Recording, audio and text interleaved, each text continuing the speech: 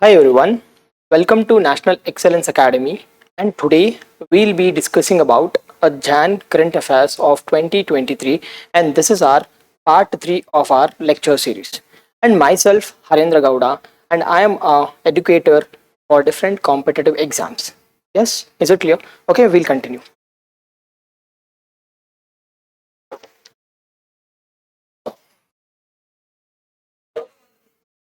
First question.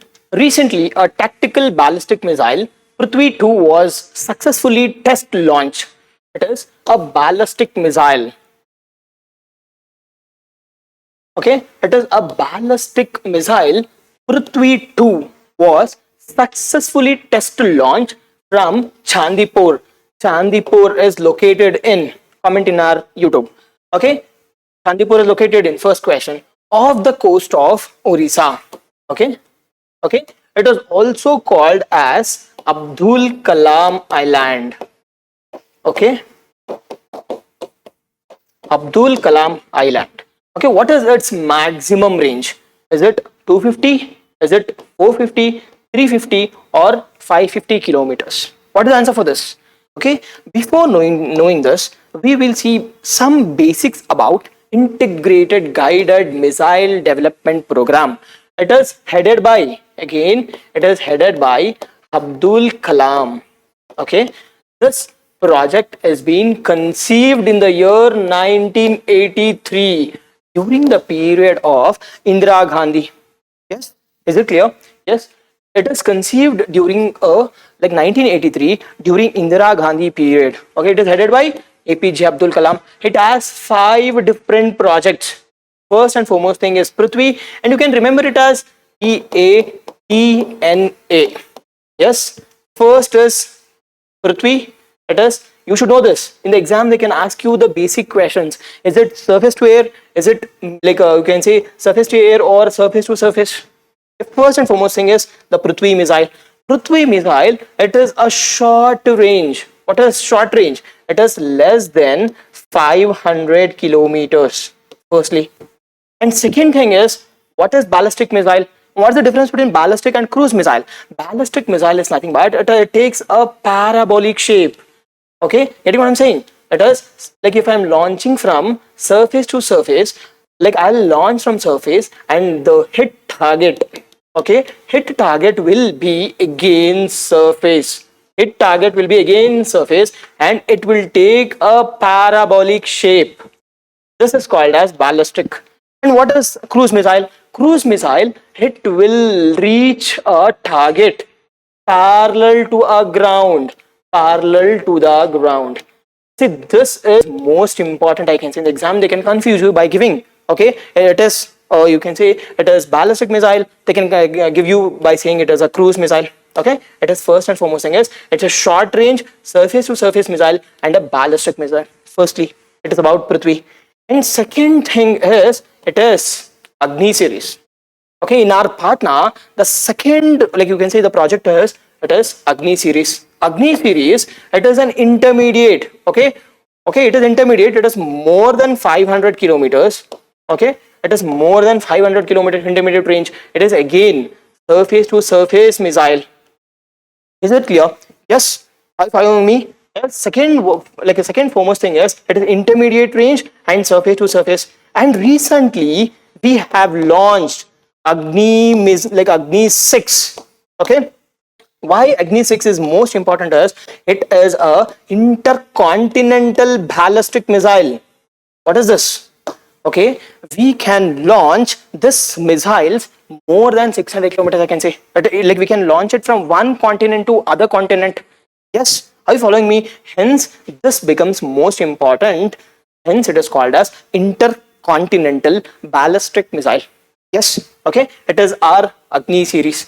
And third is the Trishul. Okay, the Trishul is again a short range, low level.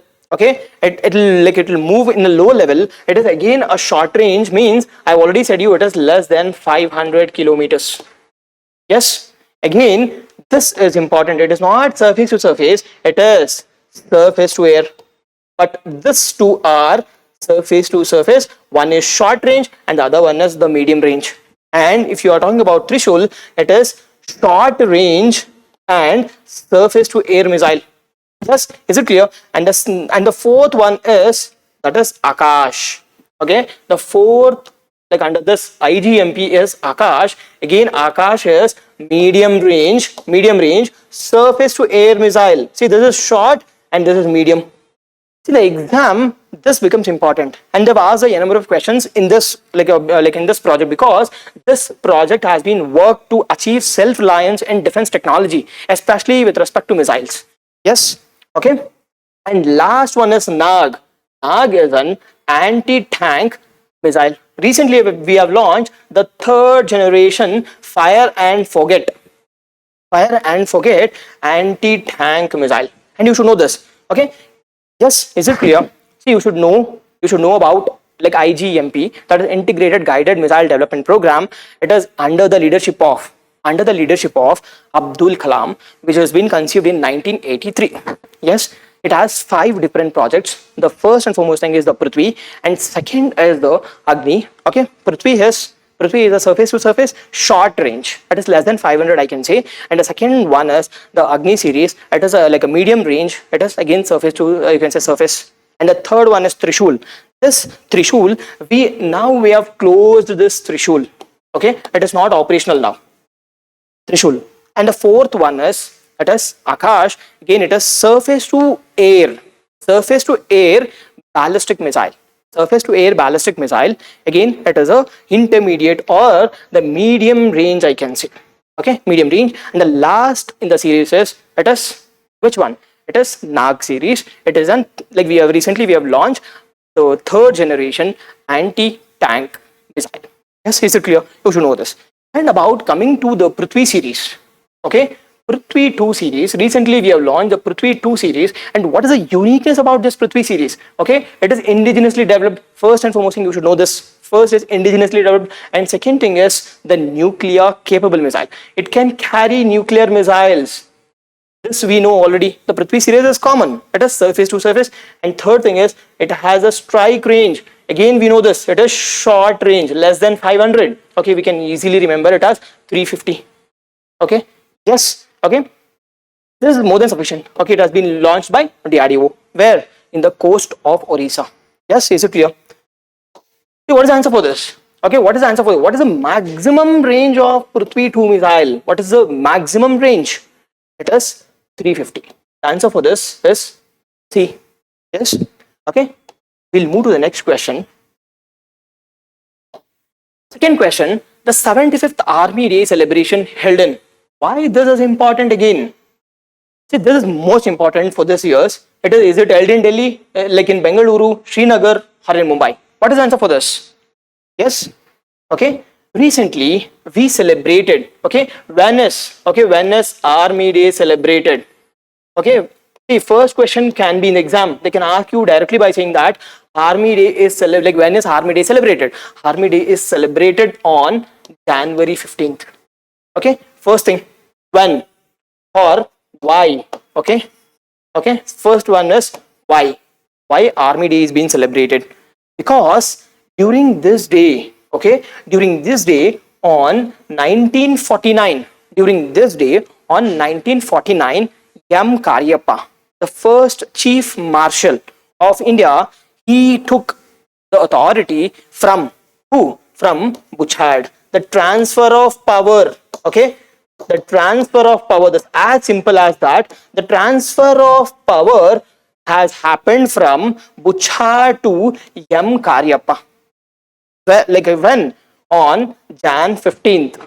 Based on this, we are celebrating, okay?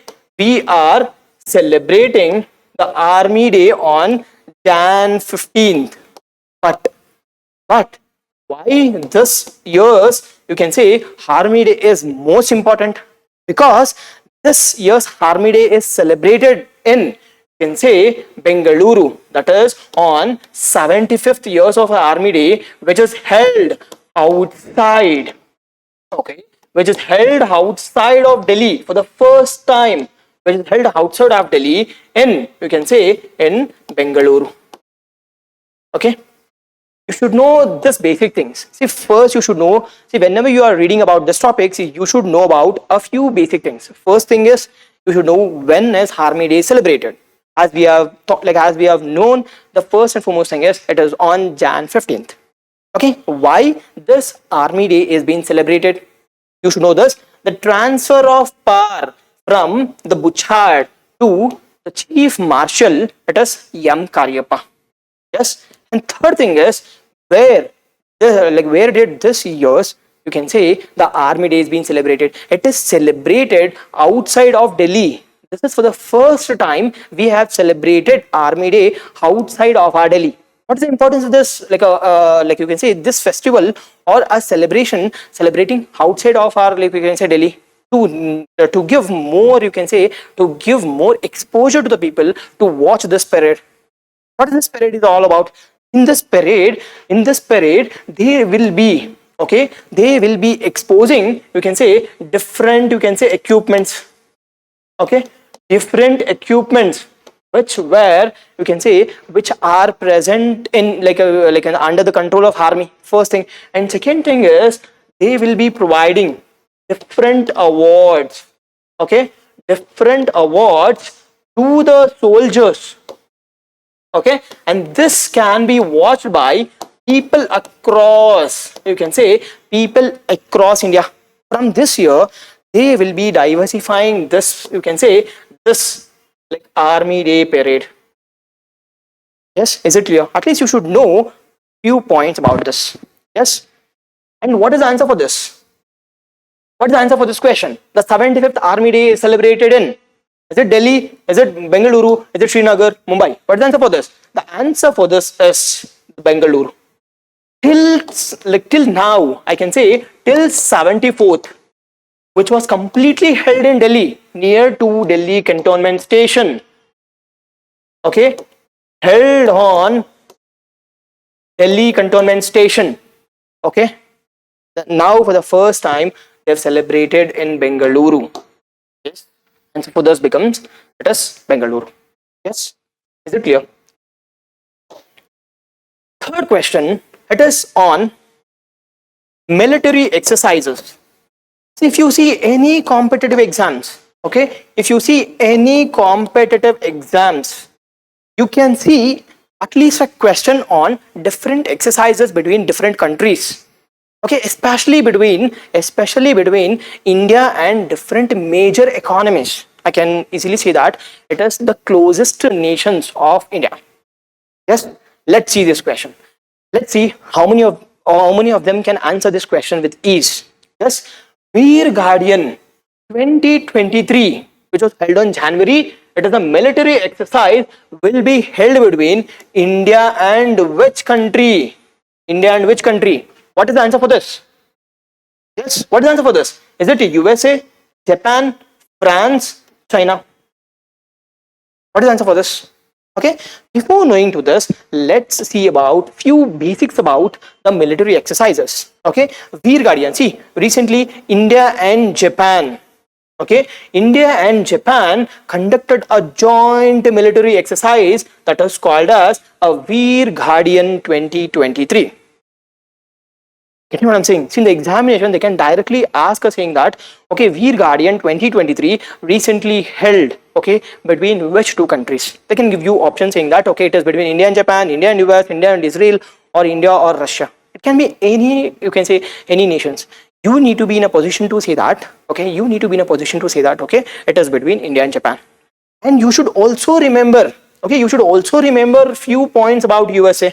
At least you should know 2 or 3 exercises between India and USA. What is the 2 or 3 exercises? It is Yudh Abhyas. Okay, Yudh Abhyas. Okay, Yudh Abhyas, and second one is, okay, what is see, first and foremost thing is it is Yudh Abhyas, and the second one is it is Vajra Prahar. It is between India and US. Okay, and what is the second one? We already saw it as Dharma Guardian. Okay, Dharma Guardian. And the second one is this one, Veer Guardian. Yes. See, whenever you are reading any questions, you should not restrict yourself to the right option. Rather, You should dig different things. And what is the military exercise we have with France? It is Shakti. And what is a military exercise we have with China? Okay, it is hand on hand. Okay, in the exam they can ask you a number of questions from this. Okay, easily they can say that, okay, hand in hand 2023 like military exercise is held between which two countries, and the same things can be, okay, it is with respect to Yuddha Abhyas, or you can talk about the Dharma Guardian or hand in hand.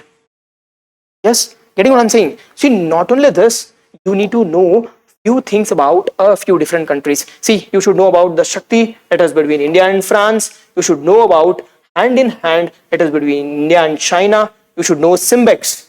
Okay, you should know Simbex. It is between Singapore, India. It is between Singapore and India military bilateral exercise. Okay, it is bilateral exercise, and we have saw this. It is Dharma Guardian. It is with respect to India and Japan. Shakti. It is between, again, it is with respect to India and France. Garuda Shakti. See, again, it is not Shakti. It is Garuda Shakti. Okay, it is between Indonesia. Okay, nomadic elephant. Again, nomadic elephant. It is with respect to India and Mongolia. I think, see, you should revise few basic things about this military exercises which was held recently, like in India or different countries. Yes, is it clear? At least there will be a question on this military exercises. Yes, see, like we are not selecting the questions randomly. Rather, we are picking up the questions scientifically which can appear in your upcoming examinations. It can be any examination of competitive examinations. Like the topics will for sure will repeat in your exam. Yes, so think of it and make at least few notes which I'm explaining, or at least you should have few or 2 or 3 points about the every question. Yes, okay. In the exam, if I ask about Yuddha Abhyas is related to, okay, yes. If I ask about hand in hand, or you can say nomadic elephant is with respect to which two countries. In the exam, if I ask you about a Shakti exercise related to, Simbex is related to, like, or else if I say it is like exercise Sampriti is related to which two countries, you should be in a position, okay, to answer this question. Yes, is it clear? Yeah. Next question. Recently Sultan Al Jaber, okay, has been named as the president of COP28. Okay, firstly you should know about what is this COP. Okay, first thing. Second thing, it is a climate summit 2023. It will be held in which of the following countries? Okay, see, all the countries are in West Asia. See, you should know the map of West Asia and you should know the bordering countries. So this region, why this region I'm specifying or stressing much or a lot? Because there will be at least a question in this area. Why? What is the reason? Due to the instability. Okay, instability of region itself. Okay, and second thing is majority of exports are in oil. Okay, due to these two reasons, this region is most important. Even this year also, there was much importance in US. Why? Due to a Turkey, I can say Turkey or Syria earthquake. Turkey plus Syria earthquake. And in the year 2023, this becomes important from environmental point of view. Okay, you know what I'm saying? From environmental point of view, this topic again becomes important. Okay, what is the answer for this? Is it Saudi Arabia? Is it UAE, Oman, or Qatar? Okay, let's see, before like answering this question, let's see a few basics about what is COP and where did this COP28 come from, okay, and why COP28 becomes important. If firstly we will see about the history. Okay, history of COP. This COP has derived from, you can say, 1992. See, whatever I'm saying, this becomes important for sure from exam point of view. Yes, you should keep noting this point. Yes, like in 1992, there was an Earth Summit. Okay, where did the Earth Summit took place? It is in Rio de Janeiro. Okay, it was held in Rio de Janeiro. Where is it? It is in Brazil. Okay, in this summit, in this Earth Summit, they established, you can say, three conferences. One is UNFCCC. It is United Nations Framework Convention on Climate Change. Yes, see, why am I explaining the basics? Because this is important from environmental point of view. Yes, okay, it is United Nations Framework Convention on Climate Change. And second thing is UNCBD. It is Convention on United Nations Convention on Biological Diversity. Again, this becomes important. And third one is, it is UNCCD. The third one is, it is United Nations Convention on, okay, Convention on Desertification.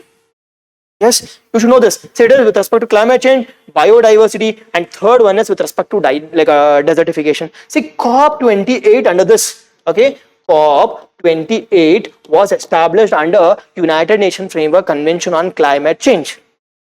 Yes, you should know the basic things. You should know, okay, under this, okay, under this, you should know few basic things. Okay, the important one is, okay, important one is the Paris Agreement. Okay, Paris, okay, Paris climate change. Okay, Paris climate change is most important from UNFCCC. Why? Because under this Paris Agreement, every country voluntarily, or else I can say most of the country voluntarily, they accepted INDCs. That is, you can say, intended nationally determined contributions.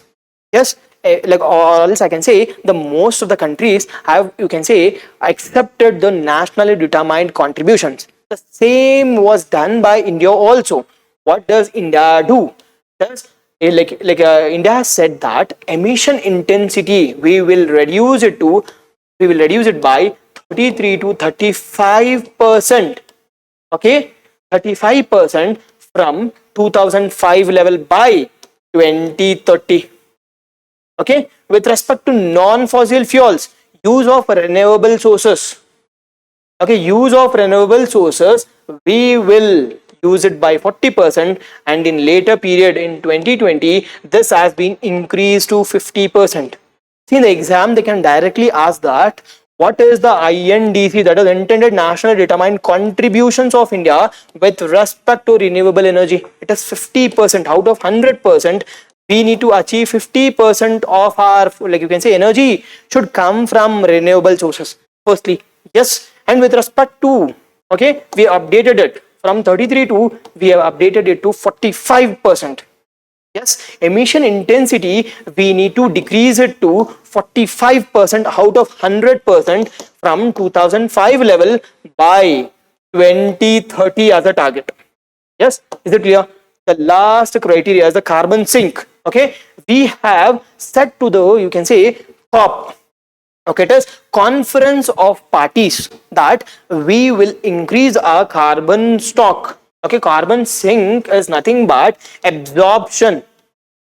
Okay, absorption of CO2.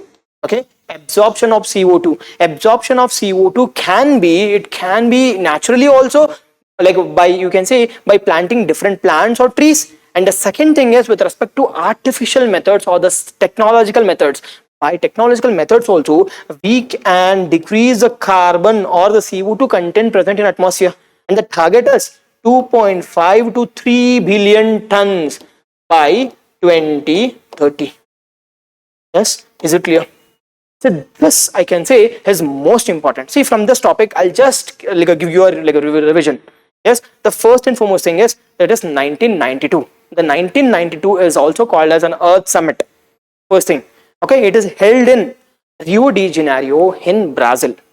And the third one is, okay, and the third important thing is, we established three, you can say, institutions or conferences, the sister conferences. The three sister conferences are, first and foremost thing is UNFCCC. It is United Nations Framework Convention on Climate Change, and the second one is United Nations, you can say, Convention on Biological Diversity. Yes, it is UNCBD. And the third one is it is United Nations Framework Convention on, you can say desertification. It is UNCCD, conserving desertification. Yes, is it clear? This is most important. And when you are talking about UNFCCC, okay, this Paris Agreement becomes important, and INDC, updated INDC targets of India is most important, I can say. And the last target in this is, okay, and the last target in this is India has announced that we will achieve a net zero by which year? Okay, by which year? Can you guys answer? What is the answer for this? By which year will India achieve a net zero? What is net zero? Okay, what is net zero? Positive, okay, and negative should be equal. Okay, what is positive and negative? The absorption and release should be equal. Is it clear what I'm saying? Yes, it is. See, it is the absorption plus the emission. Absorption, okay, it can be different ways, by natural as well as artificial, and the second one is with respect to emission from different industries or different, you can say, different sectors. Okay, it should be balanced, and that is called as net zero. What is the target for this? It is net zero by, you can say, 2070. So this is most important. Okay, in the exam they can ask you this question. India will achieve a net zero by which year? Yes, it is by 2070. And next question is, okay, last COP was held in, you can say, November. Okay, November to December 2022. Where was it? It is in Sharm el Sheikh. It is in Egypt, 2022. Okay, there can be a question in the match the following, like at least in the match the following, they can ask you by saying that, okay, Sharon, like a last COP 27 was held in. Okay, they can like mismatch this question. They can give you UAE and like 28 can be like a held in. Okay, COP 28 like will be held in UAE. That is United. Okay, it is United Arab Emirates. Okay. See, at least you should know like a few points, at least 5 to 10 points on this climate agreements or international committees or international organizations, and you can expect a question in this. Yes, is it clear? And what is the answer for this? Okay, COP 28 will be held in. It will be held in UAE. Yes, see, we are not only discussing, okay, the right option, rather we are teaching you the basic part. Okay, we are teaching you the basic parts so that it will cover comprehensively. In case in the examination, like if they ask you like any question, okay, in and around the areas, you will be in a position to answer that question. Yes or no? Yes. If that is right, please give a thumbs up or a comment. Yes. Okay, we'll continue. Okay, recently, which of the following organizations released the global risk report of 2023? See, like if you are observing keenly, I will be taking up, okay, at least a question in every part. Okay, I'll be taking a question every part with respect to reports. Okay, the major report, you can expect a question from it. Such questions I'll be picking up and I'll be discussing it. Not only the right option, rather in and around areas. Yes. Okay. Global risk report is released by, is it World Bank? Is it like IMF? Okay, it is International Monetary Fund. Is it World Economic Forum, or say WTO or World Trade Organization? And what is the answer for this? Okay. Before knowing to this, we will see a different important, you can say, reports which are most important and is like was in news recently. Yes, the first and foremost thing is the Financial Stability Report and Economic Outlook Report. Both the reports are released by, it is by IMF. Yes, and the second important report is Ease of Doing Business Report. It has been released by World Bank. And third important one is with respect to global gender gap, and the second one is the global risk report. These two reports are released by World Economic Forum. Okay, get what I'm saying? Okay, see, you should remember the reports and the organizations. In the exam, they will ask you, okay, is a global financial report is released by, global risk report is released by, global gender gap report is released by, ease of doing business report is released by. Yes, and you should know the rankings. Okay, if the rankings are poor or if the rankings are higher, you should be in a position to answer these questions. Yes. Okay, and the last one is this two, with respect to trade report and trade statistic report. Both reports are released by, it is World Trade Organization.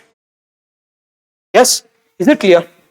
Okay, see, you should know basic things about this. Okay, IMF and World Bank has been established in 1945. Okay, in 1945 under the Bretton Woods. Okay, under the Bretton Woods. Okay, under the Bretton Woods Agreement. Yes or no? Okay, these two organizations, okay, IMF and World Bank, has been established as a, you can say, as a Bretton Woods Agreement in New York. In New York in 1945. Yes, and the second most important thing is the World Economic Forum. And the second thing is the World Economic Forum. What is this organization? It is not a UN body. In the exam, they can confuse you. It is not a UN body. It is an NGO. Okay, which is located in, okay, which is located in Switzerland. Okay, which is located in Switzerland. This, with this, you can say, organization is most important because it brings government, it brings the government, the people, the business, society. Okay, it brings together this three stakeholders, okay, in a place called as Davos every year. Okay, they can ask you the simple question saying that Davos man is related to which of the organization. The answer will be again World Economic Forum. Yes, is it clear? And they can ask you, okay, which of the following is a, you can say, UN body. You need to be positioned saying that, okay, like a World Economic Forum is not a UN body, rather it is an NGO. Yes, is it clear? And the last one is World Trade Organization. So this World Trade Organization was established on 1st Jan 1995. Okay, by replacing what? By replacing GATT, General Agreement on Trade and Tariff. See, there can be a number of questions. They can ask you by saying that, okay, Bretton Woods twins is related to which of the following? It is World Bank and IMF. And the second thing will be World Bank and IMF was established on, say, 1945 in New York. And the second next question can be with respect to World Economic Forum, which of the following is a UN, like you can say, NGO body, which brings together different stakeholders like government, like a private people, and like a people at large. It will be again World Economic Forum. And the last one can be, which is the organization which was established in 1995, okay, which deals with, you can say, a trade related aspect. Okay, trade related aspect is World Economic, like a World Trade Organization. But what is the answer for this? Risk report is related to, okay, World Economic, you can say, Forum. We already discussed about this here. Okay, global risk report. Yes. Okay, we'll move to next question. Recently, which of the following, you can say, flowering plants, okay, which of the following flowering plants has been listed under Schedule 3? Okay, first and foremost thing is, whenever there is a key term which you don't know, you should search. Okay, if I'm saying Schedule 3, what is Schedule 3? You should know the Schedule 3, okay, of Wildlife Protection Act of 1972. The options read it as bougainvillea, hibiscus, rosa sinensis, and Neelakurinji, or you can say like a Strobilanthes kunthiana, and the last one is Theobochiana. Yes, what is the answer for this? Okay, which of the following flowering plants has been listed as Schedule 3? Firstly, what is the Schedule 3? What is the Schedule 3? See, under Wildlife Protection Act, under this Wildlife Protection Act, which was brought in 1972, during the period of Indira Gandhi. See, again, there can be a question saying that this 1972 is, you can say, was brought during the period of Indira Gandhi. This act deals with conservation of plants and animals. Not only like animals, it also conserves plants at large. This plant has been, which plant has been declared under Schedule 3? What is this schedules? Like under 1972, we have 6 schedules. Okay, you know what I'm saying? See, under, you can say, like 1972, we have 6 schedules. Okay, we have 6 schedules. Why this 6 schedules becomes important? Okay, why this 6 schedules becomes important? Okay, we have 6 schedules in 3rd, 4th, 5th, and the last one is 6th. So like in every competitive examinations, at least there will be one question with respect to Wildlife Protection Act of 1972. What does 1 to 4 specify? 1 to 4 specify that a protection, okay, protection plus absolute, you can say, absolute punishment. But has the species, okay, has the species put under 1 to 4, the punishment as well as the protection will decrease.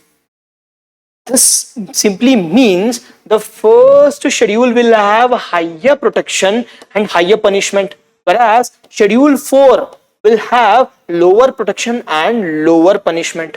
Is it clear? So 1 to 4 talks about, okay, 1 to 4 talks about the protection part as well as the punishment part, and the 5th one is related to, you can say, vermin. What is this vermin? Okay, in case if the plants or animals, if it is in danger to any, you can say, human beings, then that animals can be killed. What does it mean? It can be killed under the permission of, you can say, Chief Wildlife Warden of the state. Yes, is it clear? See, we can declare any species with the permission of Chief Wildlife Warden as a vermin. Okay, then this can be killed. And what is Schedule 6? Schedule 6 is related to management of, okay, management of exotic, or you can say imported plants. Yes, you know what I'm saying? It is related to exotic, or what is exotic? It is outside or the foreign plants. We need to manage the exotic or the foreign plants, okay, before going to plantation. Yes, is it clear? You should know the schedules. One is absolute protection and absolute, you can say, punishment. Here, tigers, lion, cheetahs has been placed. But schedule 3, see, this plant has been placed under schedule 3. And what is the reason? Which plant? Okay, let's see about the basic points about the particular plant or a species. Okay, the plant is Neela Kurinji. Okay, Neela Kurinji, what is its scientific name? It is Strobilanthes kunthiana. Strobilanthes kunthiana. See, first you should know about the scientific name. In the exam, they can give you the scientific name without mentioning the Neela Kurinji. Yes, are you following me? Okay, they can ask you by saying that, okay, scientific name of Neela Kurinji. And second thing will be, you can say, the habitat. Where has it grown? It is grown both in, you can say, Western Ghats plus a few parts. Okay, not all parts, few parts of Eastern Ghats. Yes. Okay, Western Ghats plus, okay, in Western Ghats, most of the Western Ghats, the southern part, most of Western Ghats, especially in the southern part of Southern Ghat, southern part of southern, you can say, southern like Western Ghats, starting from Karnataka, Kerala and Tamil Nadu. Karnataka, Kerala and Tamil Nadu. See, why Nilagiri is like, why we call it as Nilagiri? Because Neela means blue. This blue is being given like for Nilagiris. Okay, Nilagiri, the blue color is being given by this Neela, that is Neela Kurinji. Hence we call it as a blue mountains. Yes, is it clear? See, at least you should know a few basic things. See, you should know a few basic things about Neela Kurinji. See, the scientific name of Neela Kurinji is Strobilanthes, you can say, kunthiana. And second most important thing is it blooms once in 12 years. This is most important, I can say. Third important thing is habitat. You can say like where is it present? It is present in high altitude regions. Okay, high altitude regions of 1300 to 2400 meters. Yes, third thing. And the fourth important thing is why, okay, or why we call it as Niligiris, okay, or Blue Mountains. This Blue Mountains has been given, or you can say this Blue Mountains is given by this Neelakurinji, the mountains. Yes, is it clear? And the next important thing becomes is why now government has put this plant under Schedule 3. Okay, what is the reason why a government of India, okay, government of India have put this plant under Schedule 3 of Wildlife Protection Act of 1972? Why? Because this species, okay, this species is like experiencing different threats. What are the different threats? Yes, I can say. What are the different threats? It is habitat exploitation. Okay, remember the mnemonic. It is hippo. It is habitat exploitation. Okay, in a different period, like you can say different geographies, it is experiencing habitat exploitation or habitat destruction from the, you can say, like human beings, firstly. And secondly, it is inclusion of invasive alien species. Secondly, what is it? Entry of foreign plants entering the particular geography. Secondly, and third important thing is population explosion. Okay, population explosion and migration to, like you can say, migration or moving to tourist places into these regions, and they are plucking, okay, plucking the plants, okay, plucking the plants, that is leading to, you can say, decreased, you can say, or extinction. And next one will be, okay, it is pollution. Yes, is it like a, yes, are you following me? Okay, the fourth one is the pollution, and the last one will be, you can say, overgrazing. Okay, due to this, the government has declared this plant under Schedule 3 of Wildlife Protection Act of 1972. So you should remember this hippo. It is habitat destruction, invasive alien species, entry of different foreign plants, population explosion. Yes, population explosion, and the fourth one will be pollution. Last one will be overgrazing. Due to this, okay, the Neelakurinjis are, like you can say, the facing different threats. Okay, hence government of India came up with a schedule for the protection and, you can say, conservation of Neelakurinji. Yes, okay. What is the answer for this? What is the answer for this? Recently, which of the following flowering plants has been listed under Schedule 3? Which plant? It is Neelakurinji. You should know the scientific name also, that this Kuntiana. Yes, there's a species name and there's a genus name. Species and genus name. Yes, okay. Setu Samudram project. Next question. Setu Samudram project. Important. Recently seen in news is a proposed shipping canal project to connect the Gulf of Munnar or Gulf of Mannar with which of the following? Is it Gulf of Kambat? You should know this geography. Gulf of Kutch, again Andaman and Nicobar. So this we've already discussed in part 2. Okay, we have discussed this in detail in part 2. Okay, if you want to know this lectures, we have created a playlist. Okay, we have created a playlist with respect to current affairs 2023. These current affairs parts are more effective and most expected questions we are picking up and we are discussing in detail. And in the examination, you will get at least 15 to 20 questions exactly from these topics. Yes, is it clear?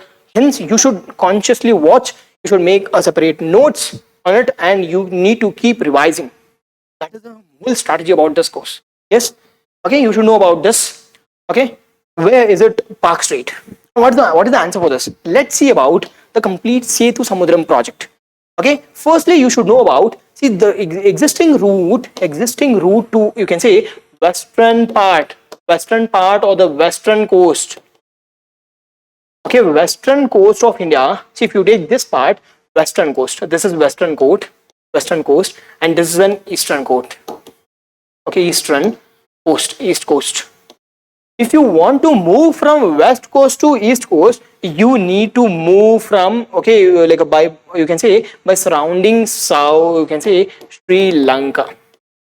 And in the first lecture, we have already thought about this Colombo port, Hambantota port also. Okay, you know what I'm saying? You need to keep revising. Okay, next one. See, why, sir, why can't we pass through this? That the distance will decrease, right? Because we have a Ram Setu, or you can say Pamban bridge. Okay, it's also called as Ram Setu, or you can say Pamban. Okay, Pamban bridge. Okay, hence due to this only we are not able to, you can say, pass through this. Now the government of India came up with a proposal saying that like under Setu Samudram we will cut the, you can say, Rama Setu, and so that we can decrease our distance, plus the cost, so that the traveling time will decrease, our exports becomes productive. Okay, our exports becomes productive. Is it clear? Okay, due to this only the government of India is proposing a channel via this Ram Setu or the Pamban bridge to decrease the distance. It connects Gulf of Mannar with Park Strait. You should know this. Pamban island is also nearer to this Rameshwaram, you can say Jaffna. In the exam they can ask you, okay, Jaffna is located in north or south. Okay, in the exam they can ask you by saying that, okay, Jaffna, it separates Rameshwaram with Jaffna, the Park Strait. Yes. What is the answer for this? What is the answer for this? Okay, the answer for this is the Park Strait. Rama Setu, or you can say Pamban bridge, you can say divides Pamban bridge, or you can say Rama Setu. Why Rama? See, there is a controversy. Why the government is not able to go, like, why the government is not able to implement this project? Why government is not able to implement the project? Because in India, we think it as, okay, we take this is being constructed by Rama. Okay, we believe based on the faith. We believe based on the faith. Hence, even in like India as well as in Sri Lanka, this is against. Okay, like the people of Sri Lanka as well as India, they are against this project. Okay, now this is under the, you can say, Supreme Court. Okay, after Supreme Court decides, this project will be taken. Okay, now is it under sub judice? Sub judice. What is it? It's under the authority of judiciary. Let judiciary decide, and then we need to abide to that provisions. Yes. Okay. And in the last class, we talked about the like Andaman Nicobar Island. What is the different channel? I'll just give you a few blueprint. You need to answer in our comment. Okay. Yes. What is the channel which separates Andaman with Nicobar? First question. And second question, which has a, you can say, which has a highland which has active volcano in, you can say, active volcano of India? Second question. And third question reads it as, you can say, highest peak of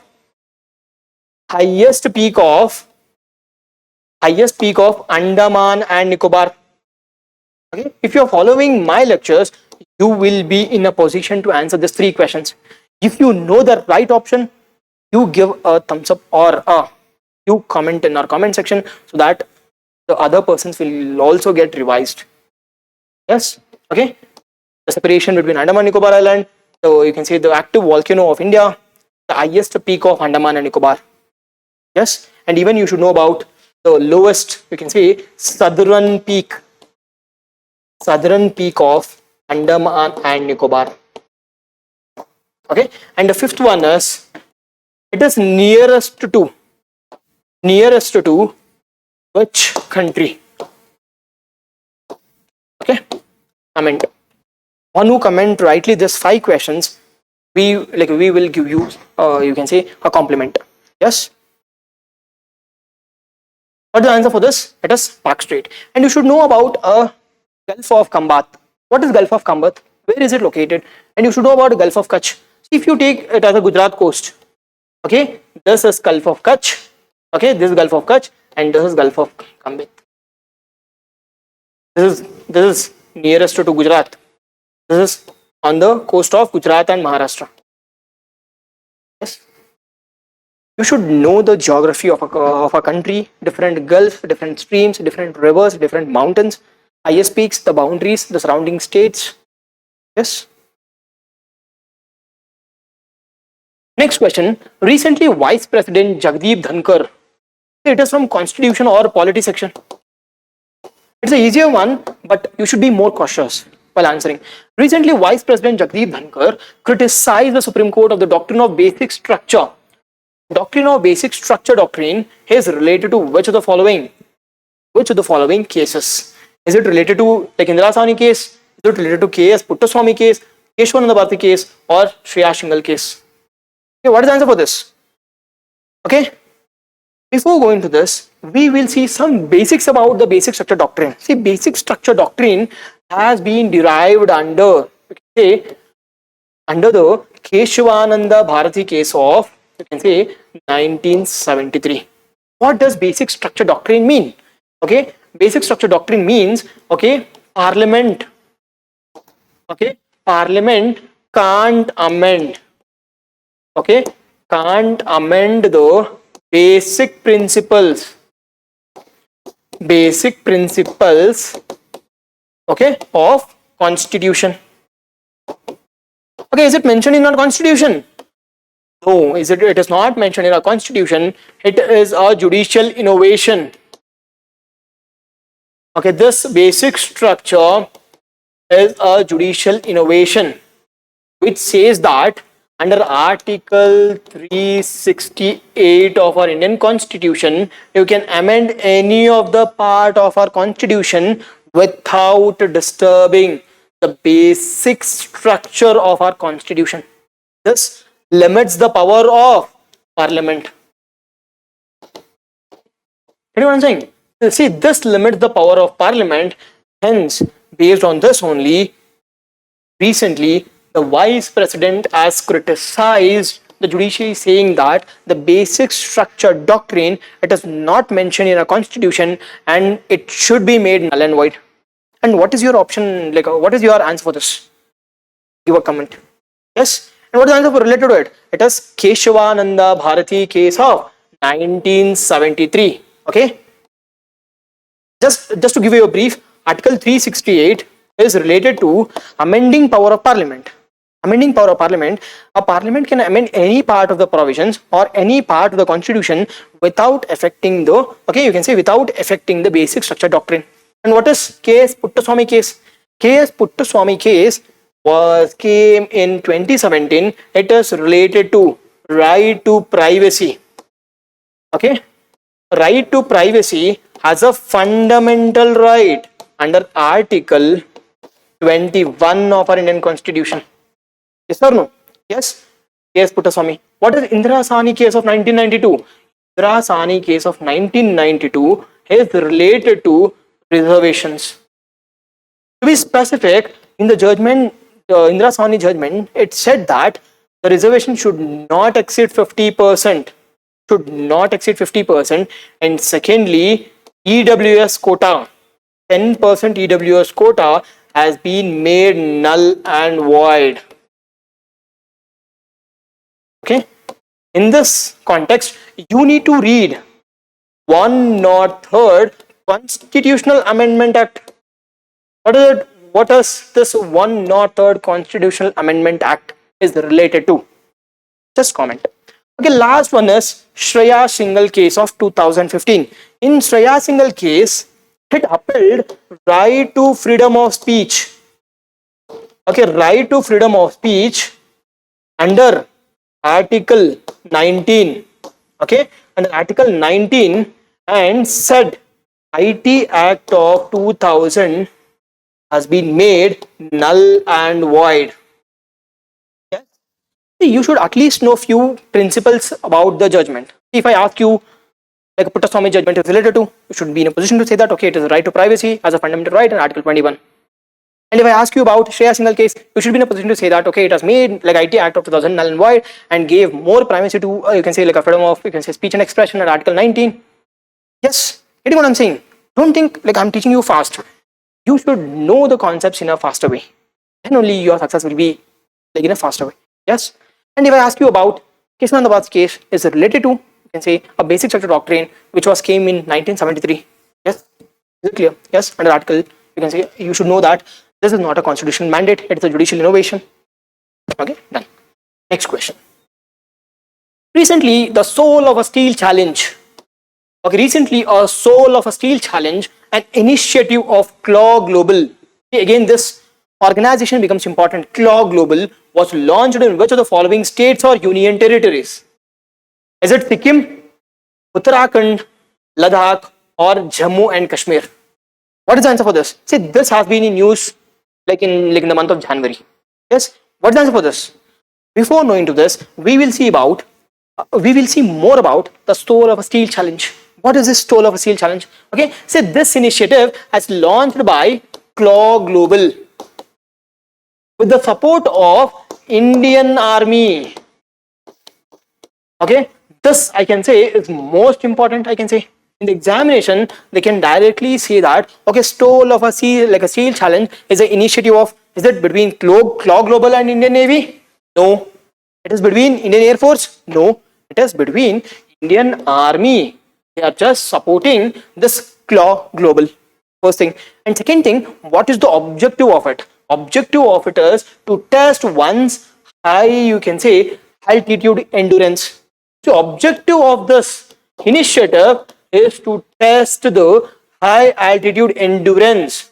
Okay, like for example, see, mountaineering, swimming, swimming, you can say climbing the mountains, especially in Himalayas, okay, to face the different challenges. Okay. Finally, the objective of this mission is to balance our physical part, our mental part, and an emotional part. To balance this, first and foremost objective. And second most important objective is like in which age group they are selecting it. Under the age group of 18 to 30. Okay, under the age group of 18 to 30 years. To know this. Does it include only Indians? No, it includes both Indians as well as international teams in the examination. Yes, and the last one will be, it is for 3 months period. You need to stay in Himalayas and they will test your high altitude endurance. Yes. Whenever you are reading about a soul, like a Steel of a Soul Challenge, at least you should know 2 or 3 points. See, why am I stressing this point? See, at least you should know 2 to 3 points, the most important points. See, first will be who launched it. It is by Claw Global and supported by Indian Army. It is not by Navy or Air Force. It is by Indian Army. Where? In Uttarakhand.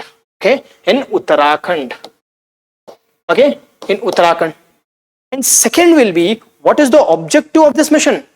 To test high altitude endurance, or simply it is nothing but to balance our physical part and our mental part and our emotional part. Yes. And like, does it include only Indians or foreigners? It includes both Indians, the 12 teams of Indians and 6 teams in international ones. Yes. And next will be, what is the age group? What is the criteria of the qualification? The quality, like a criteria of the qualification is they need to be in the age bracket of 18 to 30 years. And this period, like this, you can say our training will be for them like for 3 months period. Yes. Is it clear? Following? What is the answer for this? What is the answer for this? The answer for this is Uttarakhand. Okay. See, after a single question, just take up a single paper, just revise it. Just revise. What are the important points I need to note down? And later on, keep revising this. Yes. Next question. Recently, which of the following districts has been declared as a first constitutional literate district in the country? What is the answer for this? Is it Coimbatore, Tamil Nadu, Puri, like Orissa, Nagpur, Maharashtra, Kollam, Kerala? What is the answer for this? Yes. Before knowing to this, let's see a few basics about a constitutional literate. What does constitutional literate mean? See, it is nothing but a particular district, a people in a district.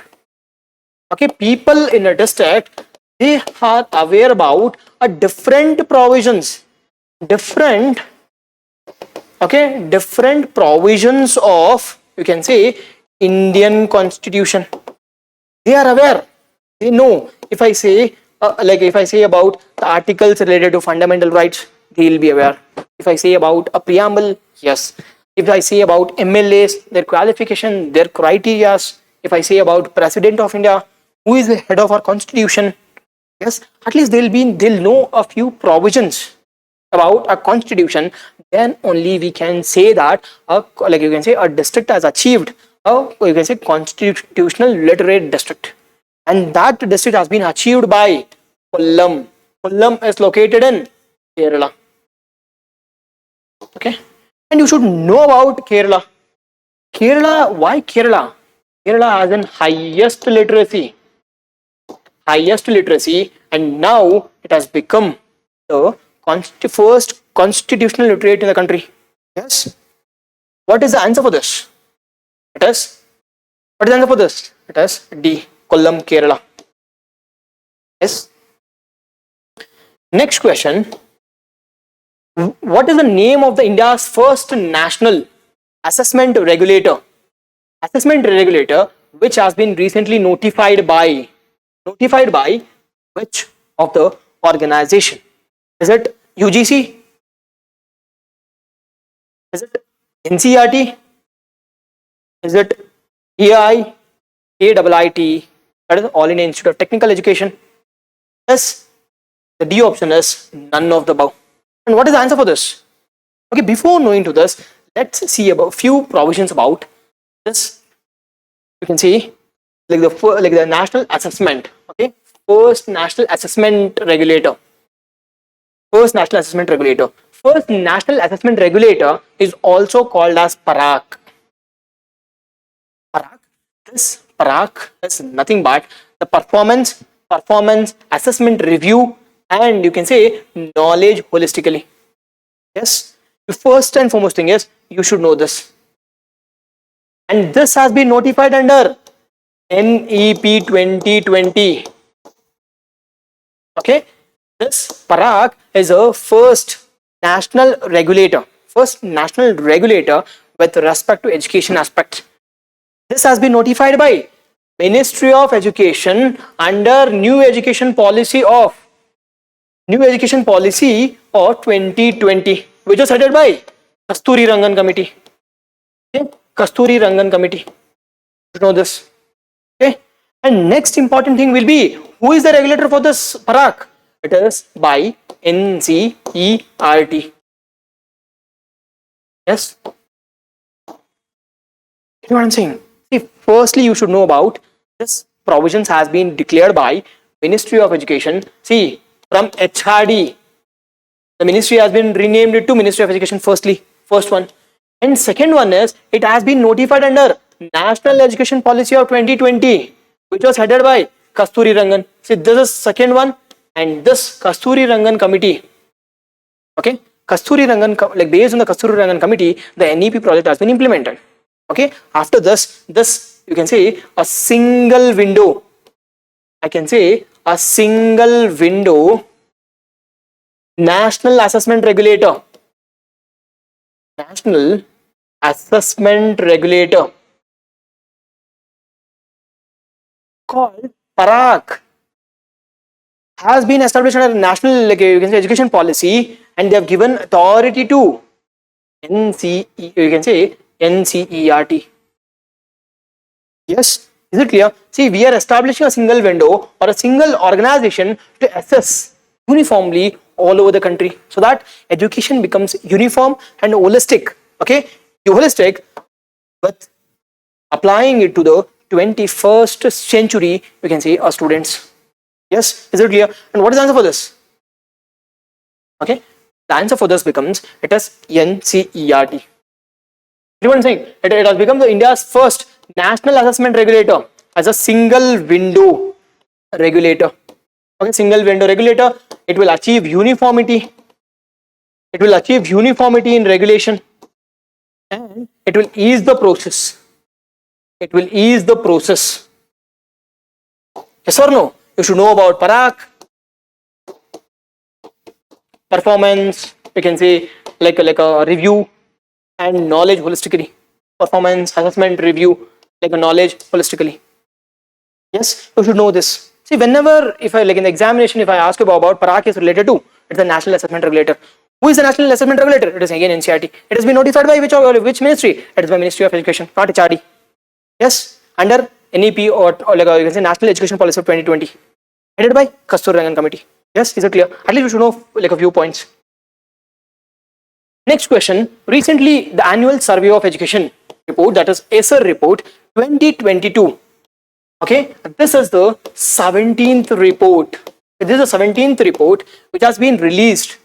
Okay, which has been released by which of the following organization? Is it NCERT? Is it like a Teach for India, or Pratham, or Niti Aayog? What is the answer for this? This like ESSER report is most important, I can say. Okay, ESSER report. See, ESSER report, it's a 17th report. It is released by Pratham NGO.